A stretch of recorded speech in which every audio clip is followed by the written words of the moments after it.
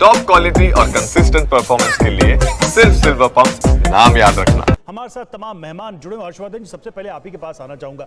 ये तस्वीरें लगातार हम दिखा रहे हैं, उत्साह है, जोश है, खुशी है, लेकिन जो नाम तय हुआ आखिर में रेखा गुप्ता का, उस नाम के पीछे की बड़ी वजह क्या मानते हो? और एक चीज दर्शकों को यह भी बता दें कि हर्षवर्धन जी लगातार रेखा गुप्ता के नाम की चर्चा जब चल रही थी तो इनकी सुई वहां पर आके अटकती थी कि इनके नाम की मुझे प्रबल दावेदारी लगती है, और वो बात सही भी हुई। कल जब हम संभावित चेहरों का जिक्र कर रहे थे तो हर्षवर्धन जी ने एक नाम लिया था लास्ट में, रेखा गुप्ता का, और शाम तक रेखा गुप्ता के नाम का ऐलान हो गया। हर्षवर्धन जी, देखिए, मुझे लगता है कि भारतीय जनता पार्टी को अगर समझा जाए तो उनके जो मुख्यमंत्री पद के प्रत्याशी जो अचानक दावेदार बन जाते हैं विधायक से, तो उसको समझने में बहुत मुश्किल नहीं हो।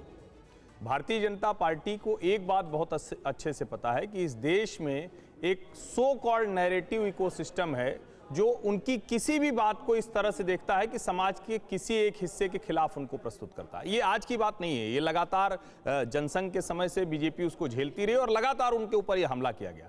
धीरे धीरे करके उन्होंने समाज के सभी वर्गों में अपनी जो कहते हैं कि प्रतिनिधित्व के तौर पर और उनको देने के तौर पर एक कोशिश की। अब जाकर धीरे धीरे ये हुआ कि बीजेपी सबकी पार्टी हुई। दिल्ली में भारतीय जनता पार्टी एक टेम्परेरी सीएम के सामने चुनाव लड़ रही थी। इसको पहले अगर देखें तो समझ में आएगा। टेम्परेरी सीएम यानी अरविंद केजरीवाल ऐसी महिला को बनाते हैं जो कहते हैं मुख्यमंत्री रहेगी लेकिन मुख्यमंत्री की कुर्सी पर नहीं बैठेगी।